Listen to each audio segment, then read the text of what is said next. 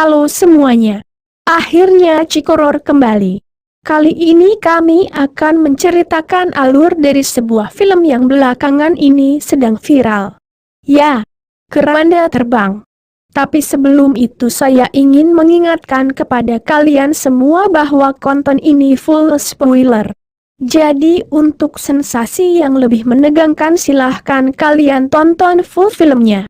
Gak usah berlama-lama lagi, segera siapkan kopi bakar asap bakar menyan, ambil posisi wenak, tekan tombol subscribe, dan cekicus.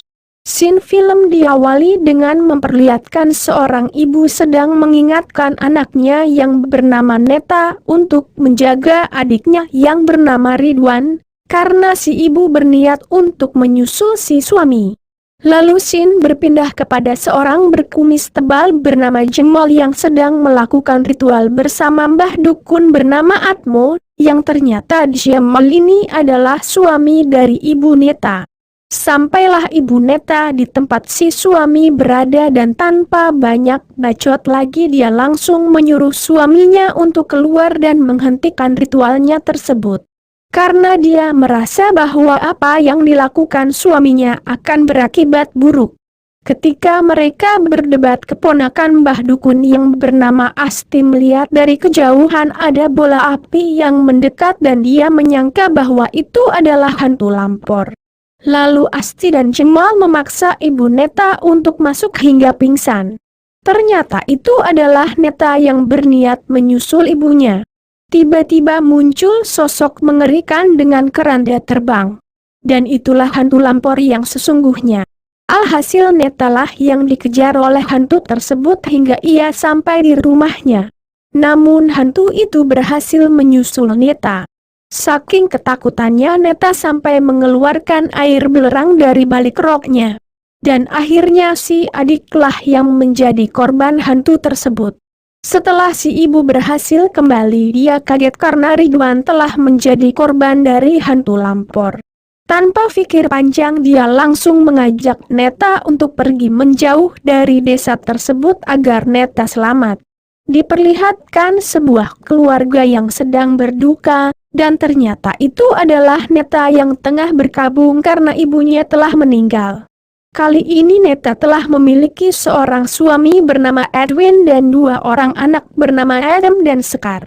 Dalam keadaan berkabung sepertinya keluarga Neta pun sedang dirundung masalah ekonomi. Setelah Neta dan Edwin berdiskusi, akhirnya mereka memutuskan untuk meminta bantuan kepada ayah Neta. Menurut kabar, ayah Neta yang bernama Jemol adalah seorang bandar tembakau sukses di desanya. Meskipun Neta ragu mengingat apa yang terjadi 28 tahun silam, tapi karena lilitan masalah ekonomi, akhirnya Neta pun mau tidak mau harus mengunjungi ayahnya. Mereka pun berangkat dan setelah sampai mereka disambut oleh saudara Neta yang bernama Yoyok. Di perjalanan menuju ke rumah Pak Jemol tanpa diduga ada seseorang yang memberitahu Yoyok bahwa Pak Jemol telah meninggal pagi harinya. Kabar itu pun langsung diberitahukan kepada Neta dan lainnya. Dalam keadaan berkabung Neta pun dikagetkan dengan seseorang yang entah apa maksudnya tiba-tiba melemparkan segunduk tanah ke jendela mobilnya. Meskipun hal itu cukup aneh tapi Neta berusaha tidak memperdulikannya. Singkat cerita sampailah mereka di rumah Pak Jemol. Namun pandangan semua orang di sana sangat sinis kepada Neta, bahkan ada seorang ibu-ibu yang memarahi Neta dan menyalahkannya karena suami ibu tersebut telah menjadi korban hantu lampor. Beruntung seorang gadis bernama Nining, anak dari Bu Sri yang dulu pernah menjadi pembantu ibu Neta, melerai mereka. Ternyata 28 tahun silam setelah Neta dan ibunya meninggalkan desa tersebut, banyak kejadian yang mengakibatkan jatuhnya korban dari hantu lampor. Dan para warga menyalahkan Neta yang telah pergi karena harusnya Netalah yang diambil oleh hantu keranda terbang tersebut. Kembali kepada Pak Jemol. Sin berfokus kepada jenazah Pak Jengmol yang saat itu sedang kejang-kejang sambil dijampi-jampi oleh Mbah Dukun untuk mengeluarkan seluruh susuk yang ada di tubuhnya, karena itu mengakibatkan beliau susah mati. Setelah semua susuk dikeluarkan dan Neta menyampaikan pesan ibunya, akhirnya Pak Jengmol pun tamat. Dalam keadaan itu muncullah seorang gadis cantik bernama Mita bersama pacar jametnya yang tidak lain Mita adalah anak angkat dari Pak Jengmol. Sin berlanjut di malam hari. Ketika Bu Asti yang saat ini telah menjadi istri Pak Jengmol dan Bimo anak buah Pak Jengmol menjelaskan segalanya kepada Neta bahwa di desa tersebut tengah diteror hantu lampor yang mengakibatkan tidak ada yang boleh keluar di malam hari, tiba-tiba Mita keluar dari kamarnya dan beranjak pergi meninggalkan rumah tersebut. Sepertinya Mita dan Bu Asti memiliki hubungan yang buruk karena saat Bu Asti mencoba mencegahnya, Mita justru membentaknya. Hal itu diperkuat dengan penjelasan Bu Asti kepada Neta bahwa Mita adalah anak yang bandel sejak kecil. Sin berpindah kepada pacar Mita yang sedang menunggu Mita. Ternyata saat Mita meninggalkan rumah dia telah mengambil sejumlah uang dan sertifikat rumah dari lemari Bu Asti.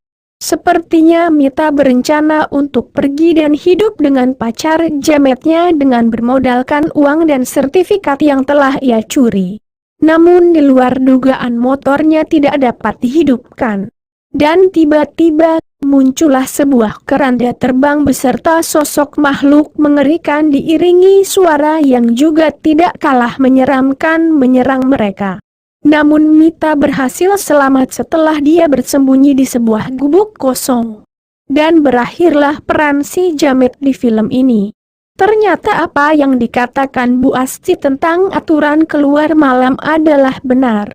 Sin berpindah ke Edwin yang sudah berada dalam keranda dengan keadaan penuh luka.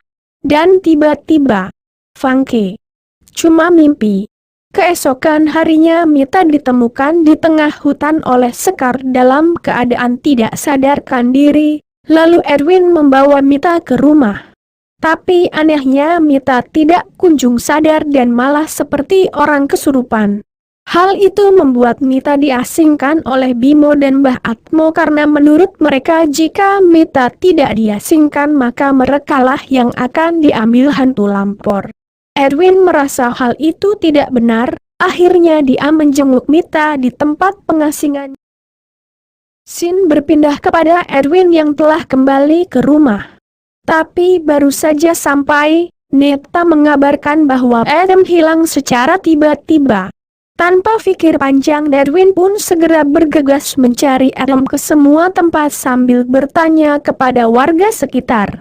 Dalam pencariannya tak sengaja Edwin bertemu Yoyok dan Yoyok pun membantu Edwin mencari Adam meskipun akhirnya tetap tidak ketemu dan mereka memutuskan untuk pulang.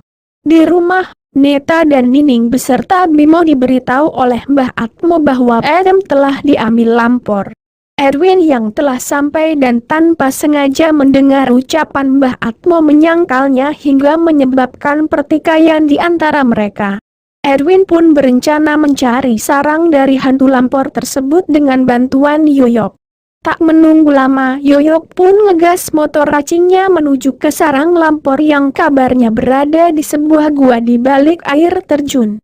Sementara di rumah, Neta diberitahu Sekar untuk melihat tablet Adam dan sebuah gambar yang menurutnya roh Pak Jengmol lah yang memberitahunya. Ternyata, selama ini Sekar adalah anak Inomi. Setelah melihat tablet Adam, raut wajah Neta berubah kaget dan segera memberitahu Bu Asti sementara Neta bergegas menuju tempat di dalam gambar yang telah ditunjukkan Sekar. Betapa kagetnya Bu Asti karena di dalam tablet itu terdapat video di mana Bimo dan Nining sedang ngencis dan berencana untuk mengambil alih kekayaan Pak Jengmol. Karena tanpa sengaja Adam memergoki mereka maka mereka menculik Adam. Ternyata selama ini Bimo, Nining, dan Mbah Atmo bersekongkol dengan maksud jahat. Tanpa diduga Mbah Atmo dan Bimo pun menuju ke gua. Ternyata selama ini Mbah Atmo bersekutu dengan hantu lampor untuk mendapatkan kesaktian. Di dalam gua Edwin memergoki Mbah Atmo yang sedang melakukan ritual. Tersulut emosi, Edwin pun menyerang Mbah Atmo dan terjadilah smackdown di dalam gua yang dimenangkan oleh Edwin. Mbah Atmo kemudian lari dan meminta bantuan Bimo, namun Bimo meninggalkannya dalam keadaan sekarat. Tapi ternyata Mbah Atmo memiliki ilmu penyembuh yang membuatnya selamat dari kematian. Sin berpindah ke tempat Neta yang sedang menggali sebuah gundukan tanah dan tiba-tiba dia diserang dari belakang oleh Nining. Maka terjadilah pergelutan cukup sengit yang dimenangkan oleh Neta. Tapi bukannya piala atau hadiah yang dimenangkan Neta melainkan hantaman dari Bimo yang tiba-tiba berada di depan Neta dan membuatnya tidak sadarkan diri. Sin kembali berpindah di mana Neta sudah diikat bersama Dayademo oleh Bimo dan Nining yang berencana mengorbankan mereka untuk hantu lampor. Setelah hantu lampor muncul pada saat yang tepat, Edwin dan Yoyok datang layaknya pahlawan dalam film action. Setelah Edwin melepaskan ikatan mereka, Yoyok segera menyorotkan lampu ke arah persembunyian Bimo dan Nining yang akhirnya mereka berdua menjadi sasaran hantu keranda terbang dan meninggal mengenaskan. Setelah hantu lampor pergi, Neta merasa khawatir dengan Sekar yang saat ini berada di rumah bersama Bu Asti. Benar saja ketika mereka kembali ke rumah mereka melihat Sekar telah dibawa keranda terbang. Tanpa pikir panjang Neta pun menginjak pedal gas mobil pickup yang dikendarainya untuk mengejar keranda terbang tersebut dan menyelamatkan Sekar, sementara Edwin dan Yoyo masuk ke dalam rumah untuk melihat keadaan Bu Asti. Sin berfokus kepada Neta yang sedang mengejar hantu itu untuk menyelamatkan Sekar. Dan dengan menabraknya akhirnya Neta berhasil menyelamatkan Sekar. Namun teror belum berakhir karena saat ini Neta dan Sekar tidak bisa lari dikarenakan mobil yang Neta kendarai sudah terguling. Dalam keadaan panik Neta teringat pesan terakhir ibunya bahwa kejahatan apapun bisa dikalahkan cinta. Lalu Neta pun memeluk Sekar dengan perasaan tulus kepada anaknya ini. Sin berpindah ke rumah Bu Asti yang sudah tidak sadarkan diri. Ternyata di sana telah ada Mbah Atmo. Edwin pun kaget karena Mbah Atmo bisa selamat dan sepertinya akan terjadi smackdown part 2. Tapi tiba-tiba hantu lampor muncul di belakang Mbah Atmo dan menusukkan jari-jari tajamnya ke kepala Mbah Atmo yang menyebabkannya tewas dan tak dapat sembuh kembali. Lalu hantu itu pun pergi dan mereka melihat bahwa Neta dan Sekar pun selamat.